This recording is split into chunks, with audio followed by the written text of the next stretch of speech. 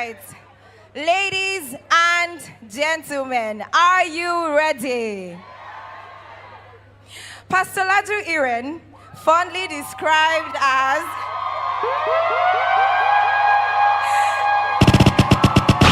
yes, that's the response I expected.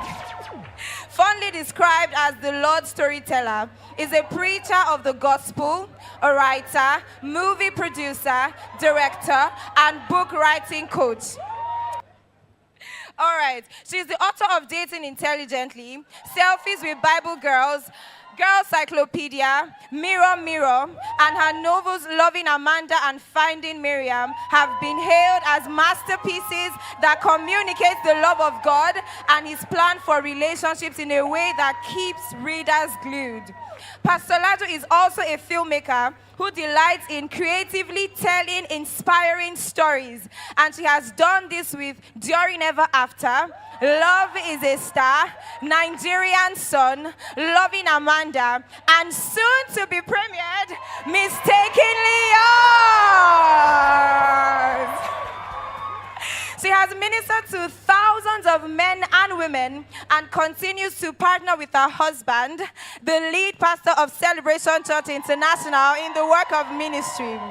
As a pastor, she's passionate about pointing people to the Christ-centered purpose of their lives, preaching with clarity, accuracy, and signs following. Just before you go on, let's talk about the person who she has always been partnering with.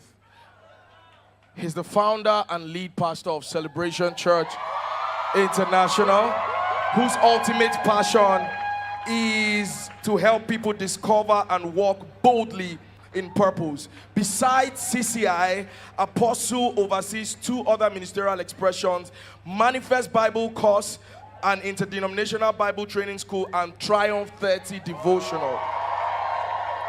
He's a thought leader promoting spirituality and Christian culture through his social media and YouTube channel. You will agree with me, that's one relatable Instagram page. Yes. Celebrate Apostle one more time. He has authored and published 4 books: Purposefully, Saving Grace, Am I Being Fooled, and Leading 6U. Prayer book. Prayer book. Oh, of course, I was coming. You have spoiled my... You have spoiled the intro now. And of course, prayer book. I wanted to do it like we did Mistakenly Yours, but you are that's too okay. forward. Ladies and gentlemen, he's not just an author, but also a prolific songwriter. You guys know the name of the album. Can we scream it together? 1, 2, go! Right, that's who we're talking about.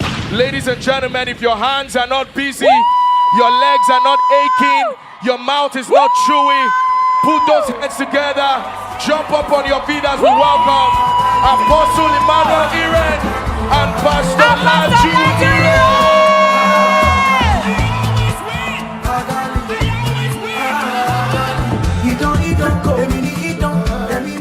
At this point, Sam, I don't even know how to start, whether we should So let me tell you how to start. So you just got married days ago. Sir, 2 days ago, maybe 5 months. 5 months. It's still days. Is it up to 1 year? Your nylon CD. They never tear your nylon finish. Yeah? And you are dragging single people. Dragging single people. I'm not part. Eh? Sir, 5 months, your love language is touch.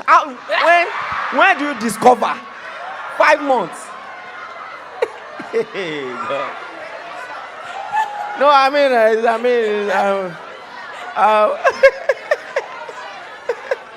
all the single people are shouting. Single people shout, thank you, Pastor. Here we go. Now 2 of us did this, Abuja. Thank you so much, sir. We are really, really, really grateful for this opportunity. Can we celebrate them one more time with a round of applause? So, sir, we have some very, very interesting questions that we've been able to harvest from these beautiful people that are here. And I'm just going to start with this one. I don't know whether to direct it to PL or Pastor, but let me just ask it anyway. It says, what does it mean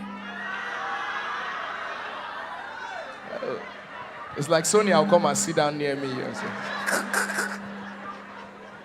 I'm sorry, sir. So this one says, what does it mean when a man says he loves me, but he's not ready for a relationship?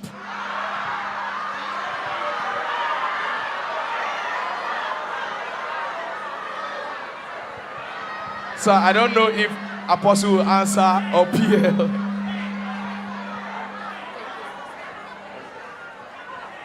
All right. Okay, ladies, listen to me. You have to understand this, that you have a very crucial way, you have a crucial part in determining if a man will respect you or not. You will go a long way to set the tone of that relationship. Many times, if a man sees that he can just play with you and move on, he will do just that. He will do just that. And by the way, if you are a Christian, that already reflects that that relationship is wrong. Because I believe that every Christian should date for the purpose and with the intent of getting married. So that's already suspect. So if he loves you, but he doesn't want to... So why is he in your space? Why is he in your space? I wish I could ask further questions. Are you doing some things you're not supposed to do? Let me say this. There is a way you will go about a relationship that gives the man all the incentives that he should have looked out for in a marriage. You don't really have any boundaries. So there is nothing really to look out for. If you're all touchy, if like Chinedu, your love language is also physical touch, you're already in his bed. I mean, from a logical standpoint, what's more? I mean, there should be more for a Christian, but what's more? You know, so you have to consciously keep those boundaries, all right? And the moment you see a man who does not really know what he wants around you, cut it off. Ask direct questions and cut it off. Guess what? He's more likely to take you seriously when he sees that you have boundaries. He's more likely to take you seriously when he sees that you have boundaries. But when he sees that the more he pushes the envelope, you keep tolerating all these excesses, it's going to get worse. It's going to get more abusive. And it's all going to fall apart. So you don't want to do that. You don't want to do that. Don't waste time. And make sure no one is wasting your time. That's my honest opinion. Please, Thank you so much, sir. Please put your hands together. Put your hands together. All right. Thank you so much, sir. So this question would direct it to Pielma. The question says, is it possible to be celibate again? I think it's very possible. When you wake up is your morning. You know, I've seen situations where a woman, sometimes a man, but many times a woman, decides that, okay, I've had a past, but now I want to keep myself for marriage. And you see some interesting person commenting, say, you don't give everybody, you reach my turn, you say you're celibate. I've seen cases like that, men who profess to be believers. So when you come across people like that, just know that that's a walking red flag and you should run far away. But the moment you decide that I'm going to use my body to honor God, it doesn't matter what has happened in your past, all things are passed away and all things have become new. So when you make a decision, I'm going to honor God with my body, God helps you to forge ahead with that decision. However, if maybe you were in a sexual relationship with someone and you are still dating the person now, and it's both of you that want to be celibate again, just understand that, first of all, the only people you make such joint decisions about your body with are married people. So don't say, oh, we want to stop, but my girlfriend does not want to stop. Your body belongs to God. Do you understand? And you will give account of it. So when you make a decision that this is what I want to do with my body, if that other person does not want to stop, you can move on. But if both of you want to stop, then both of you need to meet somebody for accountability. Because if you've already gone all the way before, it's more difficult to remain celibate in that same relationship. But yes, it's very, very possible. Don't let anybody lie to you. Praise the Lord.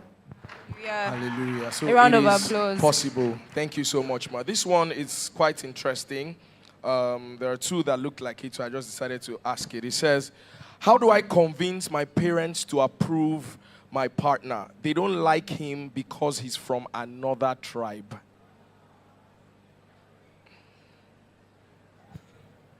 Now, that's a It's very, an everyday question. yes, very deep question. There are some things I can say here.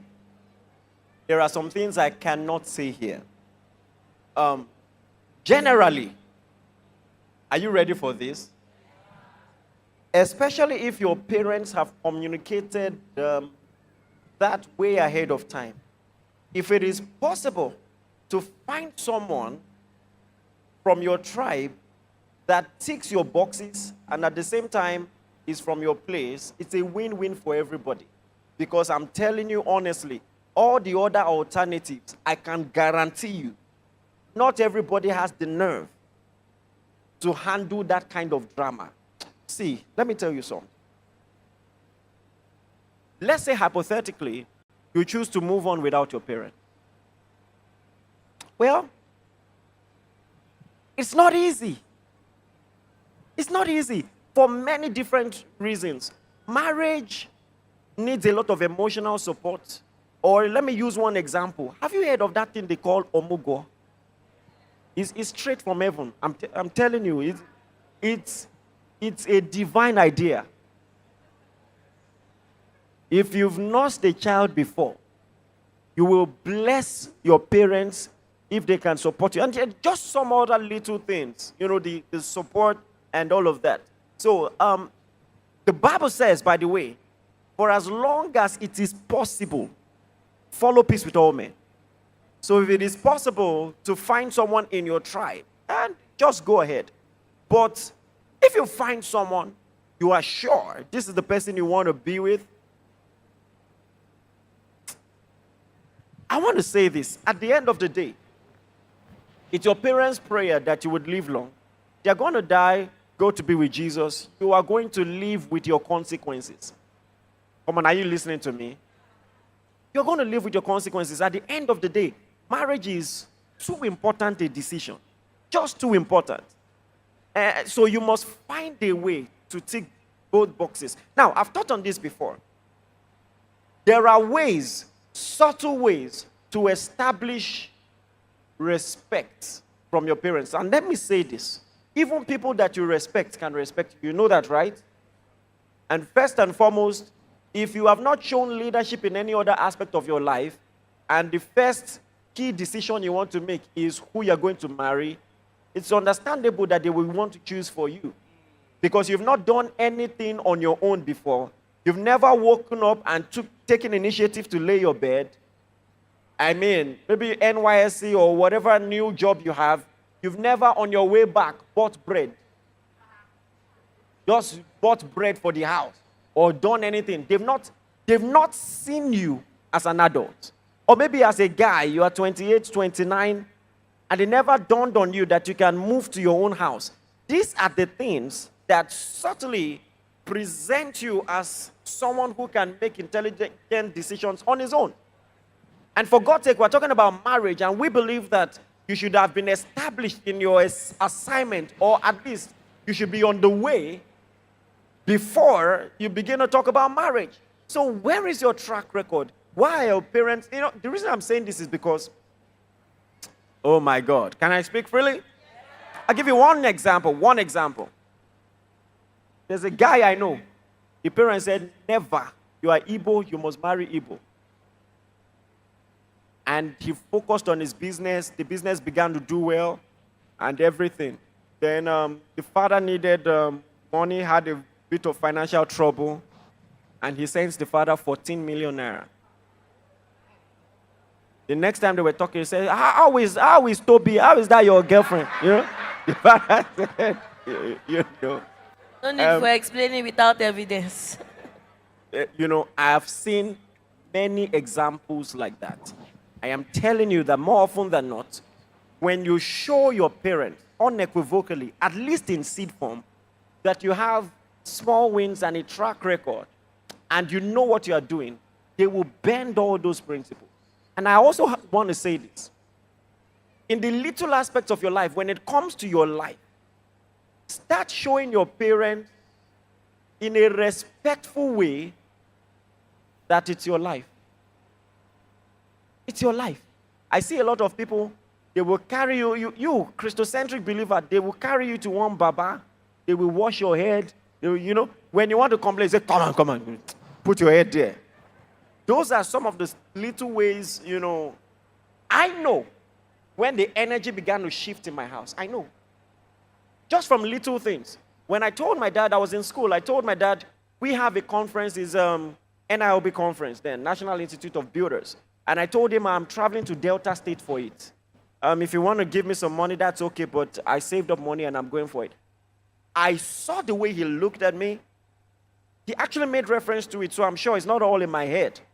And he began to see that this guy is already taking decisive steps towards his destiny. I don't know if you get what I'm saying. So you must have small wins, begin to establish yourself as someone who can make decisions, all right? And then as much as it's possible, follow peace dormant. Another thing you can do, who are the people that your parents respect? Can they talk to them?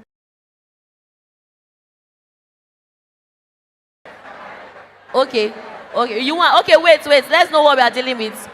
You don't mind, but you are in a relationship or you are married, put your hand down. Sorry.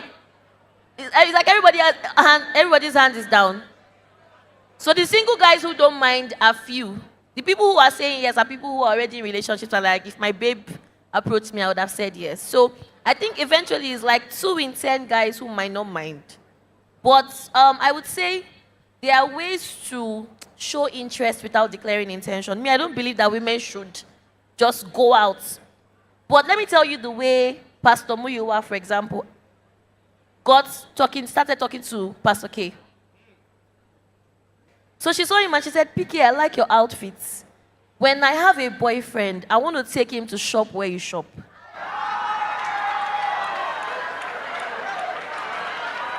You see lines now. So that line it has already cast, don't use it. But then she let him take it. If he walk, use that more.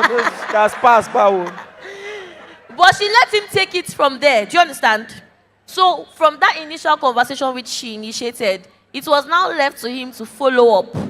Not the one that you would drop hints today, the guy did not answer because he doesn't like you. You drop another hint tomorrow. So once you've dropped one, allow him to also, because I think they say men are hunters naturally. Because if you initiate too much, eventually throughout the relationship and the marriage, you'll be the one always taking initiative. So find ways to begin conversations and show interest without necessarily throwing yourself at this person. And then know that declaring intention comes with a risk. The person might not like you, and it's their choice. I think there's another of our pastors on to his public knowledge. The person had put a post, something about being single. So someone she entered his DM and said, oh, are you really single? Now, this is somebody who had put himself out there to say he was single. Don't go and start DMing people. Are you single? Me too. Yeah, what a coincidence. So, try and read the room and then follow up from there. Do you understand? But if you've been in a friendship with someone and the person seems like they might be interested, but you are not sure, then you can ask them to define what's going on. But not that you just like someone, you met them 1 week ago, you now ask them to define the relationship. There's nothing there. Praise the Lord. Let me just, first and foremost, can I speak freely? All right. Young and free. All right, so I think my first problem is that people are creatures of habits, and the people who are likely to ask a guy out are likely to do it repeatedly. So we're not just talking about a special circumstance that presents itself, like there's a great guy. There are some guys who are not very socially aware. Like, it's very obvious. You guys already have a friendship. You guys are great together. Everybody but the guy sees it. You know that the guy is single to stupor.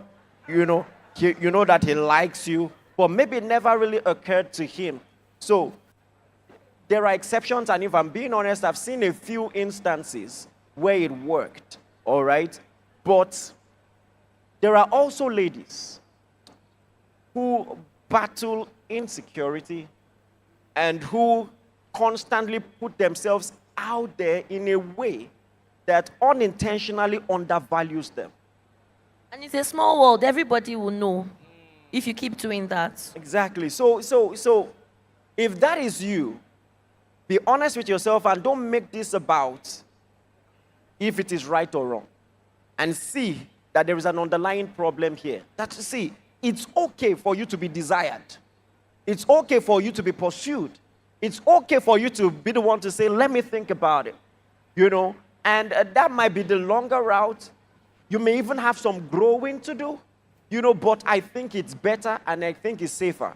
And every time I have the opportunity to answer this question, my reply is this. It's not usually so much about if it is right or wrong. It's about if it is safe. Now, if you were in the guy's shoes, you won't mind. But you see, guys, I'm being honest. I'm a guy. Do you understand what I'm saying? I think it's safer to at least find a way to subtly tell the guy, let the guy know that you're interested in him, and see if he will match that energy and take it up from there. But if you ask him out and then you follow up, I think that there is an energy dynamic in a marriage or in a relationship that you have to protect. You don't want a guy in a relationship and you always have to be the one taking initiative. A guy who cannot take initiative to ask you out, it's either he doesn't really like you like that, or it's a pattern in his life. He doesn't generally take initiatives. So just find a way. And you see, let me tell you something. Women have a natural gift. They know how to put ideas in your mind as if it is an original idea. Women, you have that gift. No comments, sir. Update, don't cast.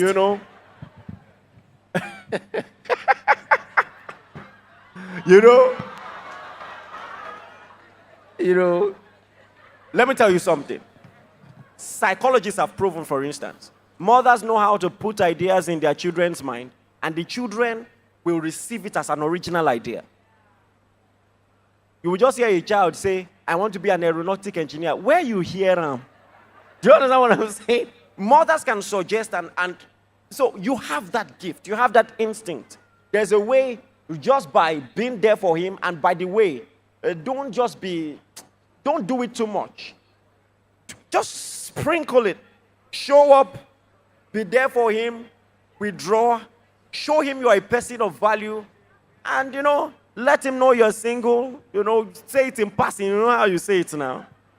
And then also, please have boundaries, because when you are this kind of person who always wants to show intention, you might end up meeting guys who just want to take advantage of you. And then you keep on saying, why do I keep kissing frogs? It's because you keep kissing them. Mm-hmm. So you keep meeting the ones. So just be careful, because not everybody is okay.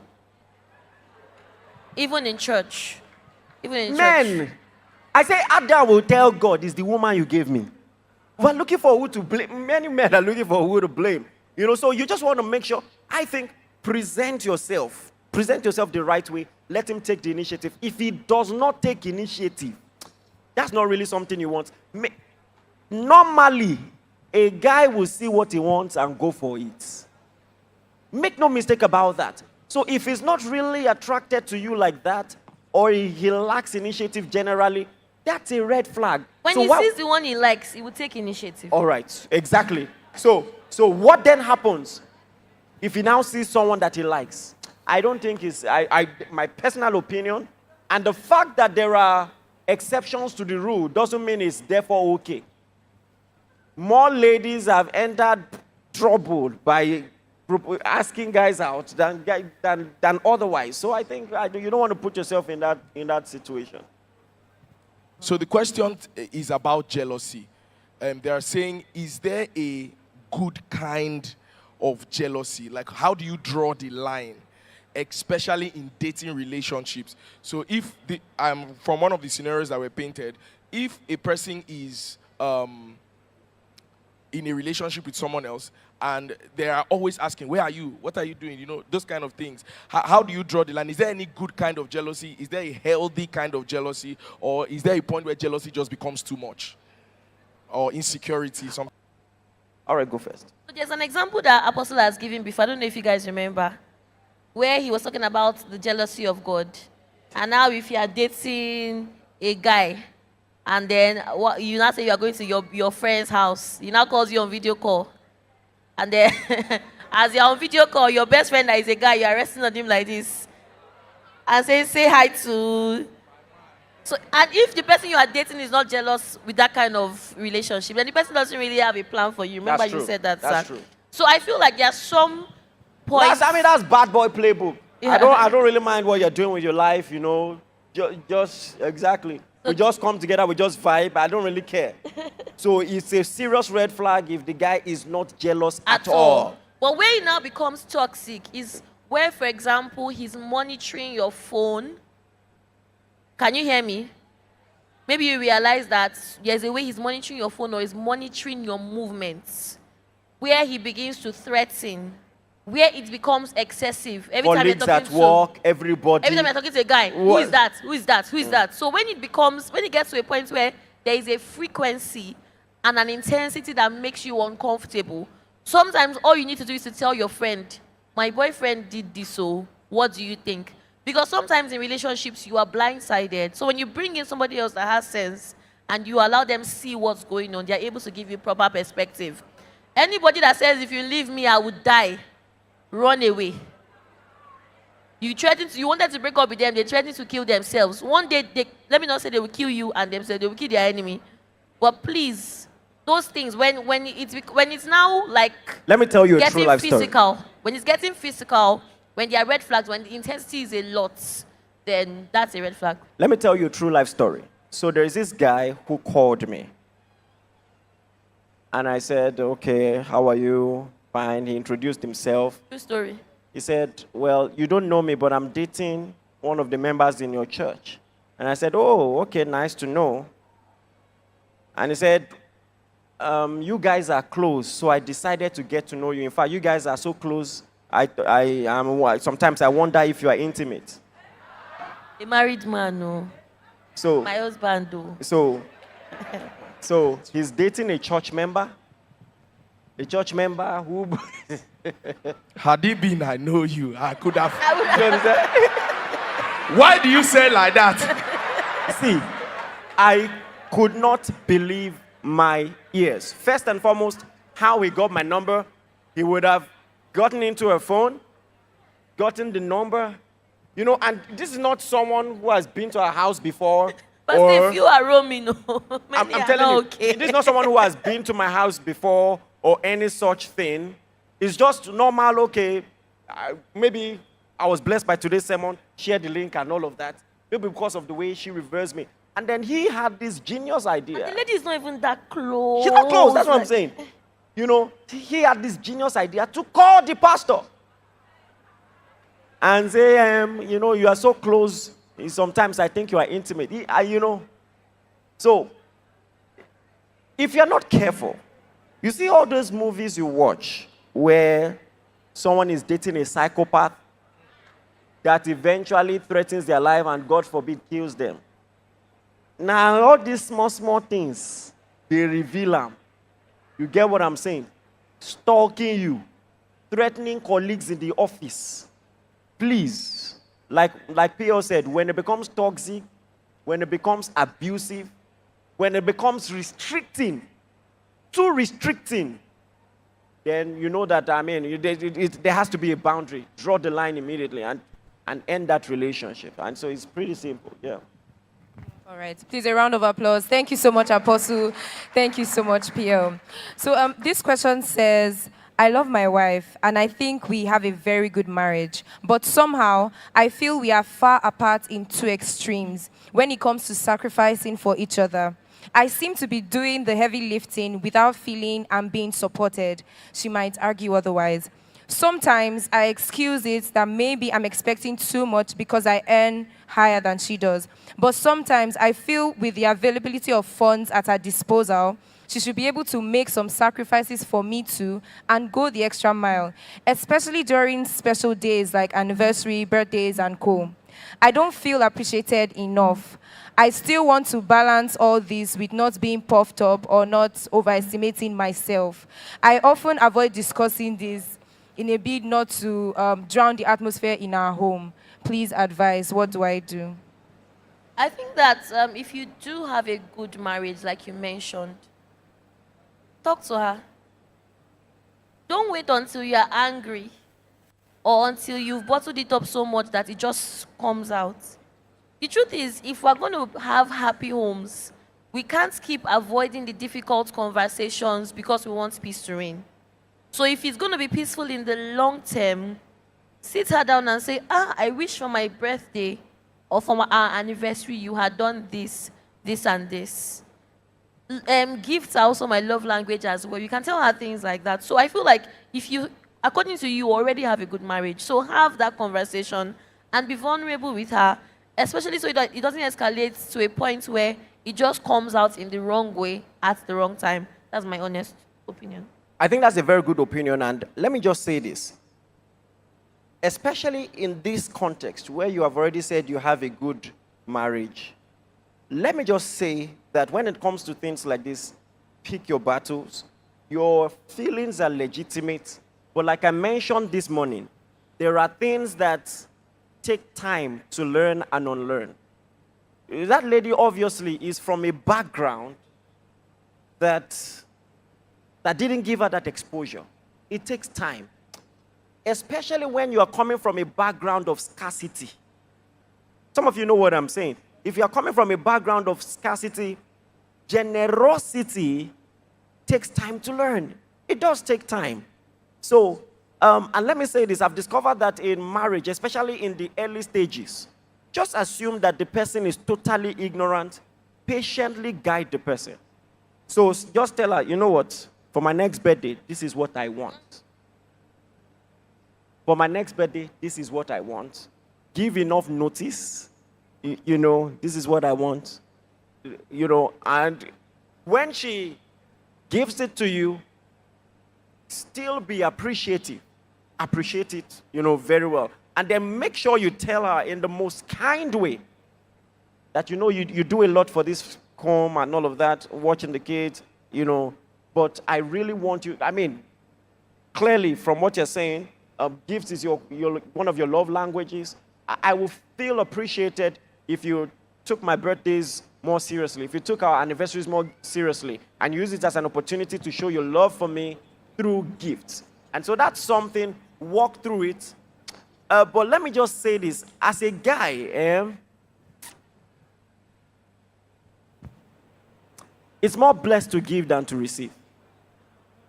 I'm telling you honestly, it's more blessed to give than to receive. Expect her to grow in that area, but don't dwell on it. Don't dwell on it. Keep expressing your expectation, but don't dwell on it. See, let me tell you something. If God has blessed you, do all that you need to do and keep hoping that you would measure up. I don't think that it's that, personally, I don't think that it's that serious. And maybe I'm not the right person to ask, because sometimes when she gives me gifts, I even feel like, I don't know how to explain it. Like, but I think that I'm happy that ladies are also here. Mm-hmm. In case maybe the guy just asked the question, not because he wants an answer, but because his wife came for young and free, you understand? So ladies, if you are also here, try and do a lot more. Not every time stop buying boxers singlets. And singlets. Every time. And the truth is that when you go out of your way for guys, Pastor says, sometimes I'll give him something and he will say, you didn't have to bother. But there was a present I gave him for his birthday like this last year. He was so excited, and I made up my mind that I will not give him any birthday present that is less than that present, because he kept talking about it, was very excited, months down the line. So it's something that will help your home and help your marriage. So don't just assume that, oh, he already has more, you already still go out of your way. Especially when he has said it matters to him. I just feel that that's one of the ways to show love and appreciation. Even if you didn't take initiative before, he tells you, you know what, I feel like you should be intentional about this. If you still don't do it, then there's a problem. I think it's simple and straightforward. Thank you so much. Let's put our hands together for Pastor and PL. So no more singlets. Singlets, not my wife. My wife doesn't do that. I just have a question. Sonia, whose shirt is that?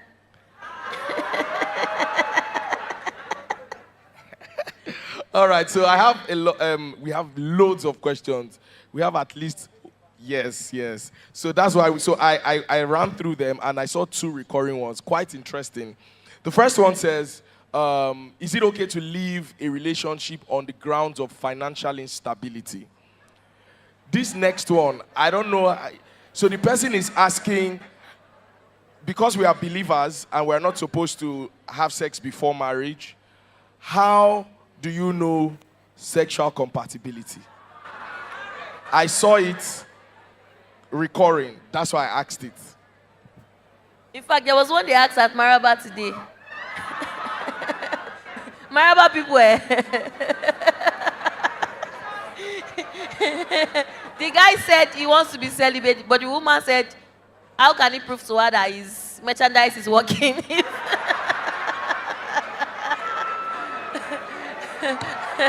Oh, wow. Oh my God. Okay, so which one do you The first take? question Which one do I take? is it okay to leave a relationship on the grounds of financial instability? The question is not complete. Who is financially unstable? Like,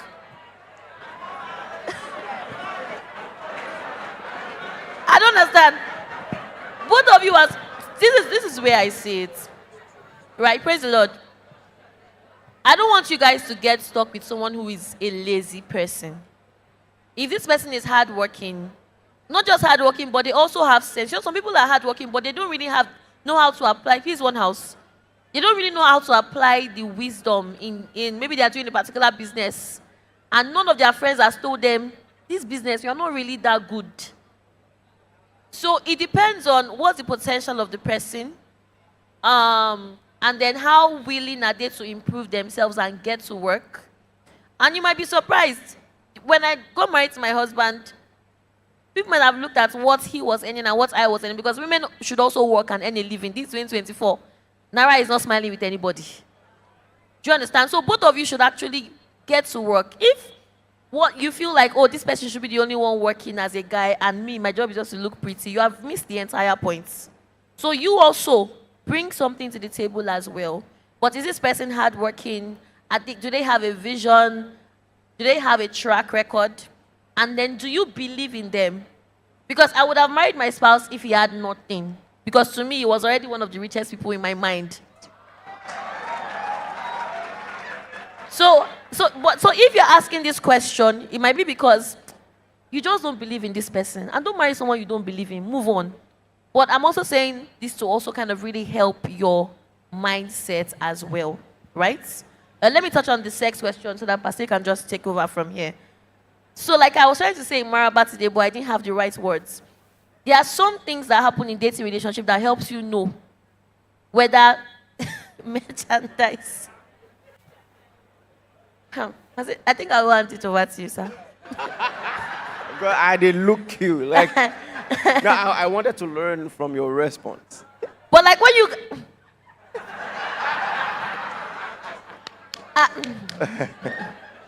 Maybe Pastor should go first, then I will now add it in the end.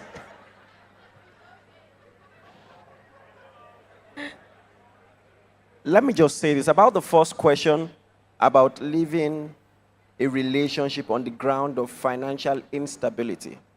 It depends on the context. You see, there are many guys, unfortunately, who have this. It's not just about the fact that they don't have a lot of money. It's that they are not consistent at anything. 5 years ago, it was crypto. Then you move to tech. Then you move to car wash business. Then you move to, and so at least we can see a consistent effort and track record You know, and whether you like it or not, the truth is, it doesn't matter the response we give. Ladies like to think about the future. There must be at least some semblance of security. And if she cannot have that, that's a problem. It's not just about the relationship. It's about a guy who maybe lacks a sense of direction. It's a problem. Let me say this. Never be lacking behind when it comes to effort. Do your best. There is something. Listen, life is difficult, but more often than not, if you give your best, there is a way life just has a way of caving in and giving you at least some yields.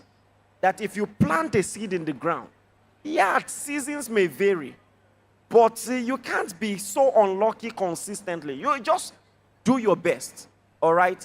Having said that, there are also ladies who are buying out this ungodly culture of wanting to date guys who already have some level of financial affluence. And if you are finding yourself in that space, you need to detox as fast as possible. Because I can tell you one thing, guys know if you are around for the money, even if it's not just for the money, but the money was a major factor, and you turned your eyes against some red flags, they can smell it, they know. And there's a level of respect you may never even have. I mean, even your opinion in that relationship might not be valued, because what do you mean? You know, you are here for the money, I give you money, so keep quiet, you know, and all of that. So think about that. About the other one, what PL is struggling to say is that if you want to say that you have to have sex to know if a guy is okay, you are lying. You are lying. You are lying. Because even if you are being celibate, you are being... Una no dey hug. When you hug, no dey see anything. I mean, I don't know what she's talking about. Me too, I don't know what I'm talking Do you about. understand? You know, but... I have no idea what she's talking about. So, anyway, next question. But wait. But please, let's pay attention. Please. There are so many other more important aspects of compatibility that you will miss out on if you start having sex before marriage. Have you seen people who they are dating someone and everybody's telling them this girl, but what would they tell you? You don't understand. They're saying you don't understand because the sex aspect is 100% and every other thing is 0. And so that controls the decisions they make. So there are more important things than sexual compatibility, one. So I'll tell you what I told that guy in Marabati. I said, a lot of guys, they may not like to talk about it, but statistics show that many people struggle with erectile dysfunction in marriage. So let's assume your instrument is working now. Then you now get married and there are seasons of your life where you have ED. What's she going to do? She'll say, I told you, I'm not going to stay if your instrument is not working. You know, but I mean, even ED is a different issue. When we're talking about sexual compatibility, we're talking about something that is almost literally a myth. It's a myth. And let me say this. The movies have lied to you. For a lady, it's not just what happens in the bed. It's not just what happens in the bed. It's how you treat her, how you value her, how you honor her. It begins way before then. So, two people who really have every other healthy factor in the relationship going for them, you're going to be okay. Yes, and then the thing about sexual compatibility is the more you advance, the better you are at understanding each other's bodies. You will learn, you will learn. You will learn, so... All right. Next question. All right, thank you, sir. Thank you, ma'am. This question is from a married woman, and she believes that she is more driven in her career than her husband, than the same career path. And she believes that, or she feels that going forward in the future, he might not be able to provide for the home, seeing that he's not as driven as she is in their career path. So what would you advise? And then the second question, this lady, her friend has a boyfriend, and she has heard a lot of negative things about the boyfriend. A lot of people confide in her and tell her things. And the boyfriend acts, he lies, insecurity, and all of that. So how would you advise her to go about telling her friend about her boyfriend? Okay. Let me talk to the guys. You know, first and foremost, listen, please. I think there are a lot of recurring questions that border around communication. If you are married to someone who needs young and free to ask a question so that the answer will communicate something they've been trying to communicate, that's a problem. That's a problem. I believe that if you're married to someone, the person should be able to say, you know, my dear, I appreciate you. You do so much. But I believe that you can exert yourself more. You are a very intelligent person. I know you. You are resourceful. And I believe that there is a lot more you can do. I think maybe we should be talking to each other more from some of these questions. You should be talking to each other more. If your wife is not really generous as she should, especially when it comes to special programs, tell her. If your husband is not exerting himself as he should, tell him. That's very important. And if he maybe doesn't know how to do that, find a very powerful male figure who can mentor him in that. Because I'm telling you one thing for sure. Drive can be learned. Drive can be learned. I know that, guys, especially when you see your friends do something, maybe your hood guys, just suddenly take one business idea that scales to the next level. You can be challenged by it. So you can bring him into environments of influence. Subtly, all right? Talk to people. Please bring him into your circle. Let him just see what you do and be inspired. So there are things to do about that, and drive can be learned. And for God's sake, please, guys, I think that every guy must have a compelling dream. If your energy level is lower in the marriage, how then can you say you are the leader?